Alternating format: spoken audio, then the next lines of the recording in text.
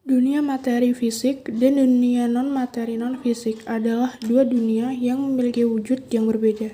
Bahkan, keduanya seringkali diposisikan berlawanan dalam konsep oposisi biner.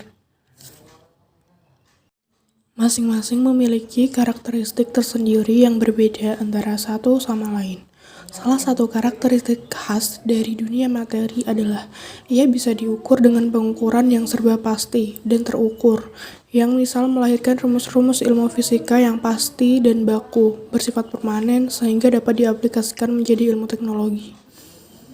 Sedang karakteristik dunia non-materi, sebaliknya, ia tidak bisa diukur oleh manusia dengan pengukuran yang selalu serba pasti dan terukur. Walau puluhan filosof telah membuat beragam metodologi sistem untuk dapat mendeskripsikannya, tetapi dunia metafisika tetap selalu menyisakan banyak persoalan yang sulit untuk dipecahkan. Dan itu karena karakternya yang tidak selalu dapat diukur dengan pengukuran serba pasti dan terukur.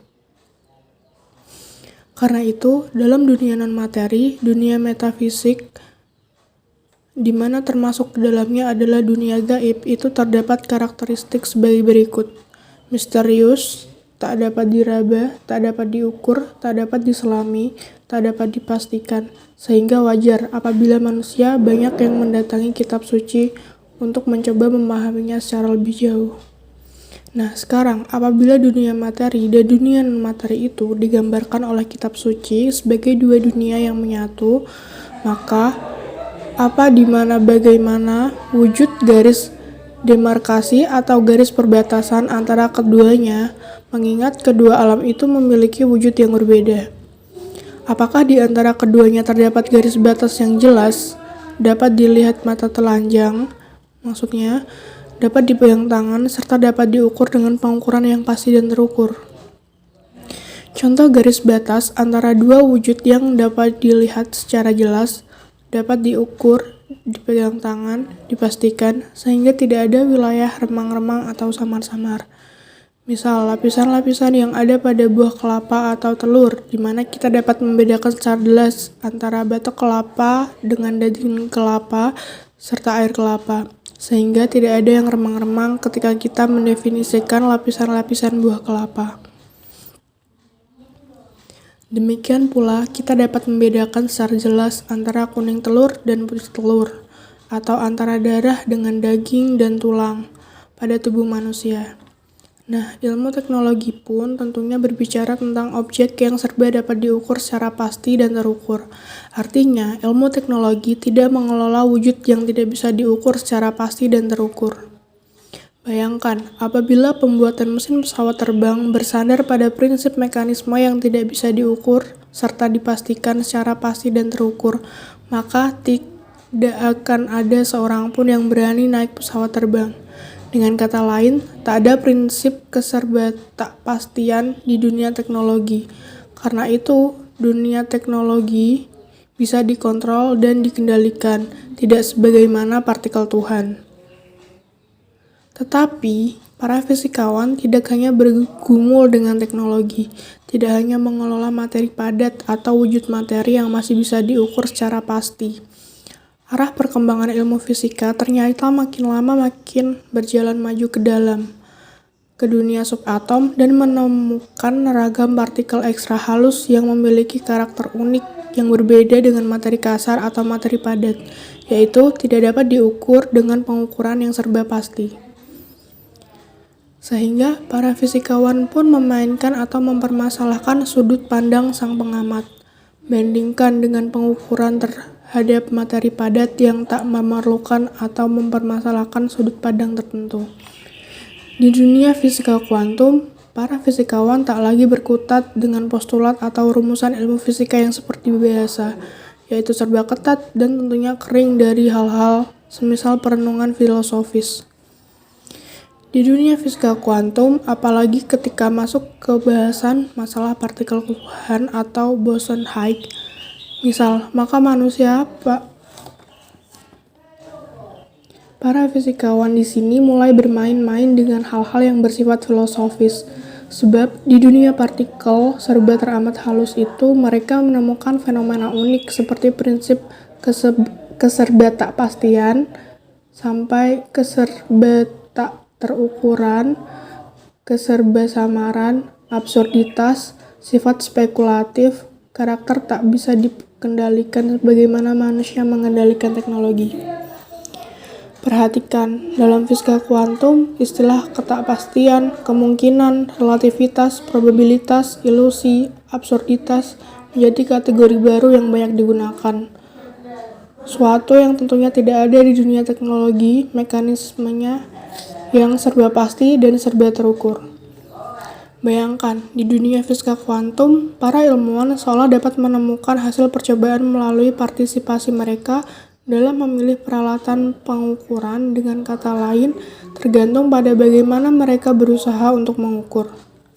Karena kuanta, nama lain untuk partikel subatomik adalah gelombang ketika sebuah alat pengukur digunakan, dan di sisi lain adalah partikel ketika alat pengukur lain digunakan. Dengan kata lain, realitas seolah dibentuk sendiri oleh sang pengamat. Bandingkan dengan realitas dunia fisik sehari-hari yang satu dimensi. Mungkin ada banyak orang yang sudah dapat meraba bahwa ketika para fisikawan masuk ke dunia fisika kuantum, maka sebenarnya mereka telah masuk wilayah perbatasan antara dunia materi dengan dunia non-materi. Ibarat orang yang masuk ke waktu subuh menjelang pagi atau waktu sore menjelang malam, maka saat itu ia berada di wilayah perbatasan, atau ibarat warna putih yang digambar hendak masuk ke warna hitam pekat, maka ada warna antara yang memisahkan warna hitam dan warna putih, yaitu warna abu-abu. Bandingkan dengan apabila warna putih itu berdiri terpisah dengan warna hitam, bukan sebuah kesatuan, maka ada garis batas yang jelas antara keduanya, yang dapat diukur dengan pasti.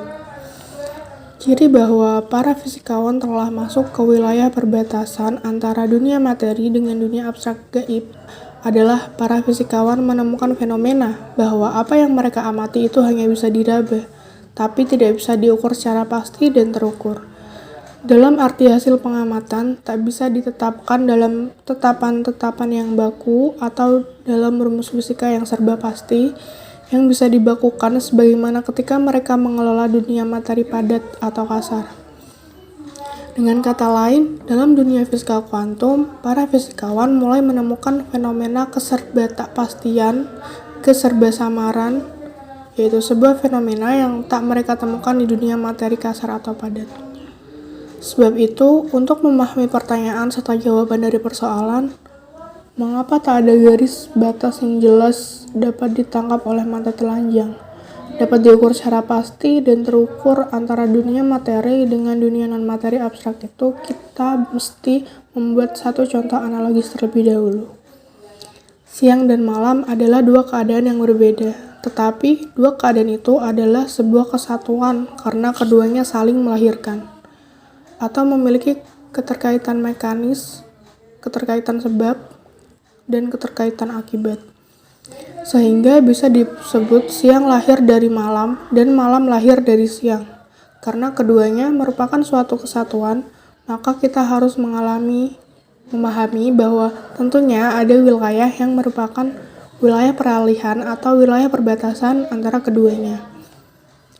Ciri dari wilayah perbatasan antara malam dengan siang atau antara siang dengan malam adalah keadaannya tak bisa disebut siang dan juga tak bisa disebut malam, melainkan di antara sifat-sifatnya mencirikan keduanya. Agak siang karena masih ada terang dan agak gelap karena hampir memasuki malam. Jadi perbatasan antara siang dan malam itu tak bisa dipegang oleh tangan, alias bersifat remang-remang, sebagai bahan perbandingan batas antara satu ruangan dengan ruangan lain dalam sebuah gedung itu bersifat pasti bisa diukur dan dapat dipegang oleh tangan, tidak remang-remang dan tidak abu-abu. Nah, fenomena remang-remang yang menampakkan absurditas pun ditemukan oleh para fisikawan di dunia fisika kuantum, di mana pengamatan terhadap partikel-partikel serba halus menemukan fakta bahwa dunia kuantum memiliki dua ciri yang berbeda, yaitu di satu sisi dapat diraba dan diamati, tetapi di sisi lain memperlihatkan karakter tak bisa diukur dengan pengukuran yang serba pasti dan terukur, sehingga terkadang dikategorikan remang-remang atau absurd. Inilah yang mengindikasikan bahwa fisika kuantum tidak lagi bermain di wilayah dunia materi murni, tetapi sudah mulai masuk ke wilayah perbatasan dengan dunia abstrak atau gaib. Sehingga ciri khas dari dunia abstrak gaib adalah ia tak dapat diukur dengan pengukuran yang serba pasti dan terukur apalagi menggunakan metodologi atau sistem yang dibuat manusia. Nah, sekarang analogi lahirnya siang dan malam dari siang bisa diparalelkan dengan hubungan eksistensial antara yang materi dan yang non-materi.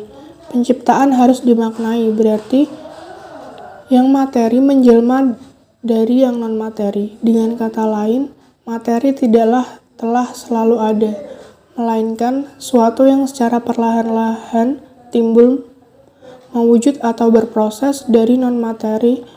Dengan kata lain, keberadaan dunia materi tak bisa dilepaskan dengan dunia non-materi. Atau dengan kata lain, dunia materi bukanlah dunia yang otonom atau berdiri sendiri dari dunia non-materi atau gaib. Sehingga semua penjelasan yang komplit memadai perihal dunia lahiriah atau material mestilah menyertakan penjelasan-penjelasan yang bersifat abstrak. Dunia materi tak bisa sepenuhnya dideskripsikan oleh metodologi empirisme semata, tetapi mesti menyertakan penjelasan non-materi abstrak untuk memahaminya. Atau dengan kata lain, dunia materi tak bisa secara sepenuhnya menjelaskan dirinya sendiri. Setiap peristiwa yang terjadi ditingkatkan dunia fisik dapat kita amati karena kita memiliki dunia indera yang komplit. Tidak demikian dengan dunia non-fisik. Untuk mengamatinya, kita harus memainkan alam pikiran. Nah, pada level fisika kuantum, manusia mulai bermain dengan alam pikiran ketika mereka mengamati partikel yang mungkin mereka anggap masih sebagai materi. Itulah yang ingin saya tekankan, adalah bahwasanya pengamatan dalam dunia fisika kuantum mengindikasikan ditemukannya bukti bahwa dunia abstrak atau gaib itu ada dan berbatasan dengan dunia materi, di mana wilayah perbatasannya kita sebut wilayah samar yang serba tak dapat dipastikan atau serba tak dapat dipostulatkan, atau wilayah abu-abu yang memiliki karakter ganda, di satu sisi bersifat materi dan di sisi lain memiliki karakter dunia gaib. Tetapi mesti dipahami, istilah dunia gaib itu sendiri sebenarnya berkaitan dengan keterbatasan manusia. Sesuatu yang disebut gaib bukan berarti ia tidak ada, tetapi sesuatu yang di luar kekuatan manusia untuk dapat mengalaminya secara langsung. Prinsip keserbatidakpastian Heisenberg sebenarnya mengindikasikan keterbatasan manusia. Bila manusia fokus ke satu sisi, maka sisi yang lain menjadi terabaikan, sehingga tak pasti dalam fisika kuantum. Bukan berarti chaos atau berada di luar hukum fisika atau tidak sesuai dengan hukum fisika, tetapi manusia tidak memiliki kemampuan mengukur sebagai variabel kuantum dalam satu waktu. Jadi istilah tak pasti itu bukan menunjuk pada hakikat objek, tetapi pada sudut pandang manusia yang terbatas.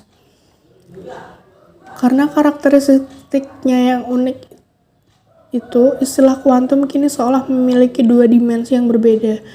Bila kita berbicara tentang mekanika kuantum, maka ia adalah disiplin keilmuan yang membahas persamaan matematika abstrak yang disebut sebagai fungsi gelombang, di mana fungsi gelombang ini menyediakan informasi tentang kemungkinan atau probabilitas posisi dan momentum sebuah partikel. Ini adalah sisi ilmu fisika murni yang bisa digumuli para saintis. Tetapi kini banyak analisa-analisa keilmuan yang berkaitan dengan dunia abstrak, misal dengan dunia rohani spiritual atau dunia alam pikiran menggunakan istilah kuantum, karena istilah itu dianggap dapat digunakan untuk menjelaskan fenomena yang berkaitan dengan hal-hal yang bersifat abstrak. Dan ini adalah wilayah di mana istilah kuantum memasuki hal-hal yang bersifat filosofis, bahkan mistik. Pada wilayah ini, para agamawan, filosof, motivator, psikolog, bahkan paranormal ikut berkecimpung. Karena di antara mereka, misal ada yang beranggapan bahwa pada level tertentu, partikel gelombang itu berkaitan dengan aktivitas pikiran dan perasaan. Dan karena selama ini istilah frekuensi, energi, gelombang yang bernuansa kuantum ternyata bukan melulu monopoli para fisikawan. Di dunia barat sendiri, hubungan fisika kuantum dan pikiran sudah banyak dibicarakan. Mereka berpandangan sains fisika kuantum dapat menjelaskan dan membuktikan bahwa pikiran dan perasaan seseorang bisa menciptakan realitas yang diinginkannya. Ini adalah contoh arah fisika kuantum yang telah menyeberang ke dunia abstrak atau digunakan sebagai alat untuk menjelajah dunia abstrak. Tengok ketika Brian Greene, fisikawan Universitas Columbia, mengatakan bahwa mekanika kuantum menyediakan kerangka teoretis untuk memahami alam semesta pada skala terkecil. Tetapi menurut saya, pernyataan itu dapat menimbulkan sesuatu yang dilematis atau bahkan ambigu. Apalagi dibandingkan misal dengan teori Newton atau teori relativitas yang dianggap mengurusi skala terbesar. Mengapa? Pertama, karena istilah terkecil itu sendiri dalam level kuantum tentunya.